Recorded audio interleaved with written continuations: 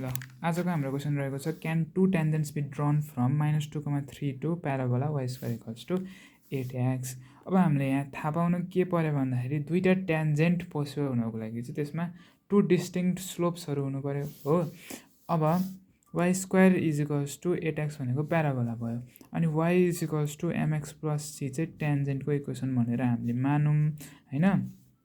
अब टेन्जेन्टको इक्वेसन भनेर मानौँ।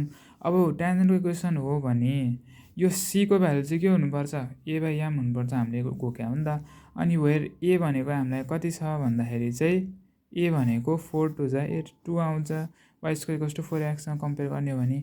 अब x, y भनेको त कति छ -2, 3बाट पास हुनु नि त, त्यही भएर यसलाई सेटिस्फाई गर्ने भयो होइन टेन्जेन्टको।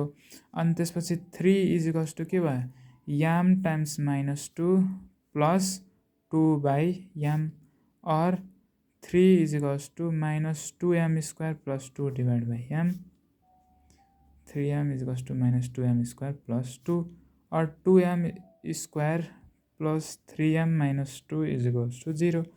अब यहाँ हामीले यदि b square - 4ac greater than 0 देखाउन सक्यौँ भने योबाट के आउँछ, टु डिस्टिङ्क्ट रुट्स आउँछ नि त होइन र।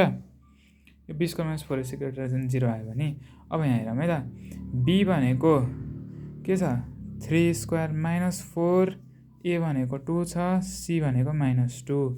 अब यो भनेको कति आयो 9 8 2 जा 16, यो भनेको 25 होइन, which is greater than 0। Therefore अब यो इक्वेसन भनेर त याम छ नि त, याम हेज टु भ्याल्युज भनेको दुईवटा डिस्टिङ्क्ट चाहिँ हाम्रो यामको भ्यालु भनेको स्लोपको भ्यालु भयो टेन्जेन्टको। Therefore there are two tangents possible.